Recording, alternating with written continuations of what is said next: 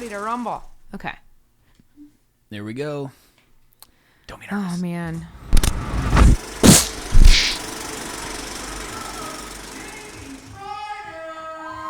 Oh, wow.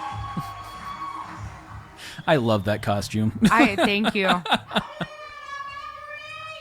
I just wish I could wear it more because it costs so much money, which I think I remember talking about. Well, you said it was $60, right? Yeah. Jeez. And you just jumped right into this. Yes. So, funny story. When I hosted the month before, which was in September, this, yep. Robert had come to tape, and my song didn't play, and I bombed my dick off. So Robert had to come back and tape again. So yeah, I did the comfort blanket thing of I'm gonna hit them with a song. So then they like me, and make sure that they don't fuck it up this time. Yeah. Well, you were left stranded for like 3 minutes sitting there God. going, and you got some laughs. You know, you were playing to some crowd work, but then it was just like, awkward. It just killed the vibe. It kills the vibe when you're like, hit it, DJ, and the song doesn't play. You know what I mean? Like, it's just weird. I like that they did the spotlight effect. You know, it feels very like my roots in musical theater. Yeah. It works. It added. So one thing that makes satire better is authenticity. Yeah. So like actually having a jam track like that, you having a good singing voice, like this makes it work. It's like one of those things of like Weird Al, where Weird Al was funny, but you could always tell it was re-recorded. Like the musicians were playing note for note, but it didn't have the same tone or the same feel. Yeah. So it didn't quite connect as well as it could have. And I feel like this song, I feel like it's an interesting one because I wrote it like almost 2 years ago now. Like I've been doing this song for a really long time, and I know that like people who do comedy in Chicago with me, I think, are tired of hearing it. I feel like I get tired of doing it sometimes, but I think it's funny because like in this context it's not the same because I'm doing it up top, but usually people are not expecting it because of the way I present myself on stage. I look like I'm very like super feminist stuff, sweet and feminist, and like, you know, they're not expecting it. But then I feel like in this situation it's like, oh, right up top, because I'm in the little cat costume and I'm starting with that, but it works as Naughty Thoughts, and it's very on theme for the show. It's on theme for the show, and I'm a coward, so I started with my music because I just like I bombed so bad the month prior that I needed the win, you know. I needed it to go all right. But it's got a good message. Like it is, I mean, it does. Yeah. You rhymed erection with yeast infection, so I feel like that's hot. You know, that's.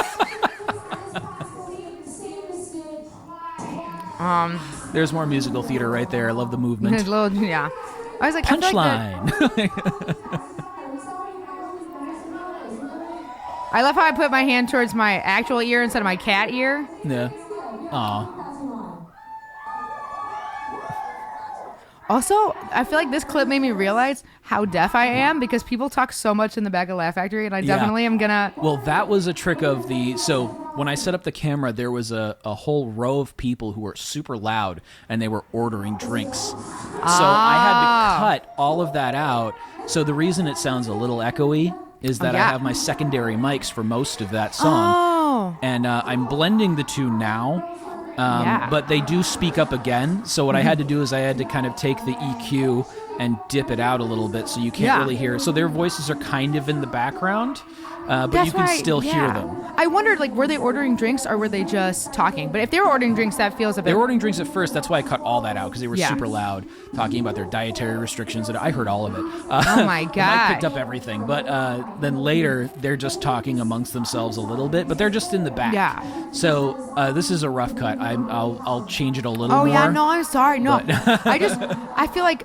Because as a host, I feel like... So I will be full disclosure and say... I've only been hosting in Chicago for about a year. I've been doing comedy longer, but I wasn't like hosting a show, or like this Laugh Factory show is a newer show. So like, I mean, hosting has its whole own set of duties, and it's different, like based on like if you're at a club, if you're at a bar show, like you have to do more crowd work. You have to like warm the crowd up. So I feel like when I went up on stage to host this night, I was like, oh, I'm just going to try to have fun. Like I'm just going to try to like organically do bits that work with what I get from the audience. Yeah. Like I didn't really have a set list like I usually do. Yeah. I was like, I'm doing the song and then I'm just going to pick my bits based on like what I get out of the audience. And I feel like I was glad I did that and it was fun. There's like, what moment is this? So I'm about to do the part. I'm about to do the one part of my set that I was like, you dumb bitch. Yeah. I just go into this Laporte part for too long, and I'm just like, I literally say I'm gonna leave it, and then I talk about it more. Like, what the fuck am I doing? You know, I'm like, I think you had a point to make, but the audience wasn't quite on board. None of them had seen it, so it's just like, you dumb little bitch. Because it's like, I asked, have any of you seen this show? 2 people clap. I should have just been like, all right, moving on. Yeah. Like, and that probably would have gotten a laugh out. I was like, all right, fuck you guys, moving on. Like, yeah. Well, also, who knows who else is from Indiana? Maybe that's just the one that spoke up. Yeah. But I did have I had a moment, about a week ago at work where I was working with a few other techs, and one guy's like, "Oh, I live in Indiana." I'm like, "What are you doing here?" He's like, "Oh, I drive here." I'm like, "So you live in Indiana?" And he goes, "Yeah." I'm like, "Sorry." And he goes, "Oh my God." And it suddenly starts defending Indiana. I was just like, okay. And then I moved on to Texas. And I'm watching this, I'm like, could have been like, everything's bigger in Texas. Like, there's like all these things I could have done that now watching it, I'm like, you bitch. Like, I'm just like, but. I mean, you did go, I think Canada was next. And then you're like, so I have a question about the wheelchair is hot. Is that a thing? Oh my God. Okay. So. I feel like there's something here. I just went into a lot of obscure, like weird TV shows I watch humor in this hosting set. So. Drake, the famous rapper, also known as Aubrey Graham, he played Jimmy on the show Degrassi, which is a really popular teen show when I was a teen growing up. Yeah. And his role, Jimmy on Degrassi, there's a school shooting and he gets shot and has to be in a wheelchair for the rest of the series. Damn. And I basically am implying that he got hotter to me when he was in the wheelchair because I am a weird person. I don't know how else. I'm nurturing. Is that the thing? I think it's like it makes him more vulnerable. Like there's this whole episode where him and his girlfriend are researching like if he can ever get an erection again because he's like paralyzed. It's like I think it makes him more vulnerable and less like because he's like the cool basketball guy, and then it's like now he's not that, unfortunately, because he's in the wheelchair. So the bad boy becoming vulnerable. The bad boy becomes vulnerable. I was like, ooh. And I do love Drake as a rapper too, even though he's very problematic. So I'm just like, please stop. Yeah. Please stop grooming teens, Drake. Like, that was another.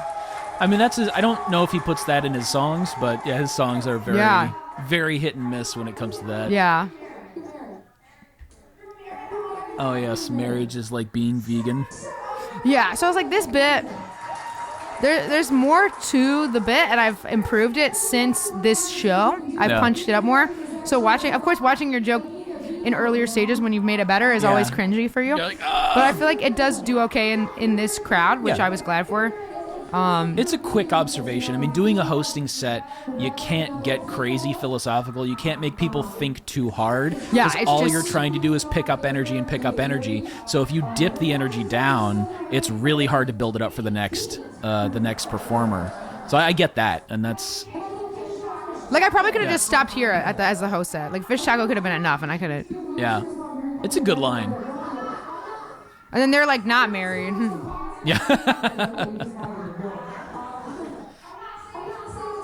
I don't know. I do love that you went into the broken condom bit. Oh, I think that was, like, I kind of in my mind was like, all right, this is the last thing I'm going to do before I leave, because I know that this always crushes. Because usually, like, this bit, there's more to the bit after, like, you're going to cheat on your diet, Yeah. But, like, it didn't get the response, so I was like, all right, I'm just going to leave it. Yeah. Which I think I was like, I didn't learn during the Laporte part, but I learned by then. You were picking up at it, like, okay, they're not going to go with me all the way for most of this. Yeah. Yeah. Which is, like, it just really depends, like, I found, like bar shows and like more like rowdier like bar crowds. I hate to put it that way, but it's like the people who go to the Laugh Factory are different from the people. Like people who go to Laugh Factory at 11:30 is a different crowd than people who go to a bar show.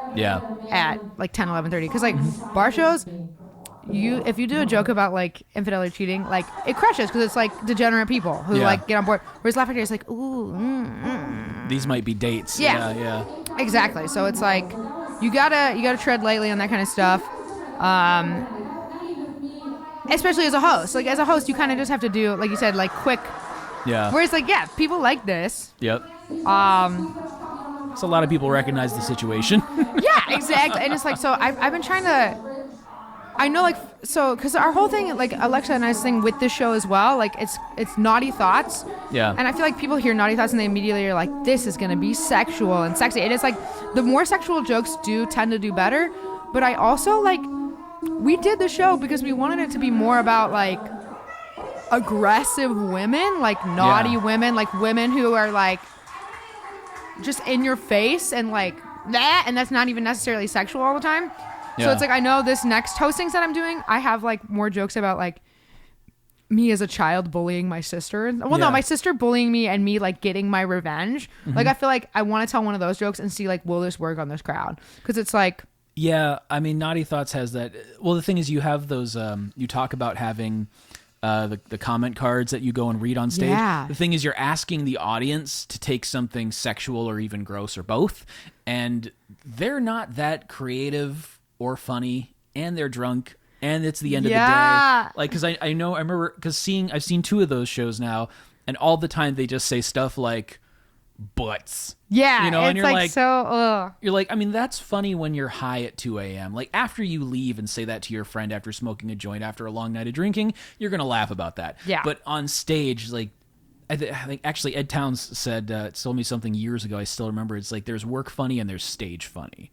You know, Yeah. and the joke that crushes amongst your group of friends, or you're at a meeting at work and you let this thing slip out and everybody dies laughing, does not work on stage because the context completely changes. The audience doesn't understand this at all. Yeah. When it's like, I feel like the thing is like with the naughty slips, what I found is like, if we read certain ones, like we'll hear pockets of people like, because you know who it's did those, it. yeah. It's like, oh, you did it. And it's like, for that reason, it's like, okay, like we're going to continue doing it. But it's like, I definitely like this Saturday when I go into host, like my whole mentality is like, I do want to get on stage and like have fun and do more crowd work. But I also want to try to avoid going immediately for my sexual jokes. Like I'd love to do more of my like, I'm a cunt jokes. You know what I mean? Yeah. Like, and see like if that will still work at 11:30. Because it's like, I think that I know like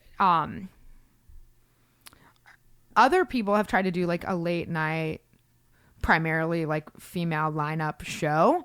But a lot of the times these women will get frustrated because it's like the only jokes that I'm doing that are landing here are like my sex jokes, and I'm more than that. And it's like kind of like, that was kind of our goal with the show too, is like we wanted to do like women doing like more balls to the walls, like fucking. You know who strikes me when you say that is I immediately thought of Claire Austin Smith. Yeah. Like she is insane in such a fun way. I mean, she's unabashedly feminist. Yeah. And she did a strip joker set where she literally poured a gallon of milk on herself, recreating the super embarrassing scene from like a sexual moment.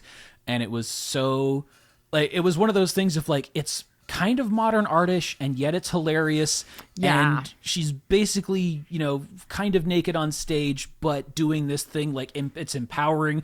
It's kind of confusing and awesome and funny all at the same time. Like, I think she would kill something like this. Marilee, obviously. You've had Marilee. We've had Marilee. And Marilee, I've told Marilee, like, we want to have her back. Like, can you just come every time? No, honestly, like, literally, when I'm booking, if I'm booking and the first person that we had in mind who hasn't done the show yet isn't available, I do look at Alexa. I'm like, should we just have Marilee again? I'm like, should we just have her back?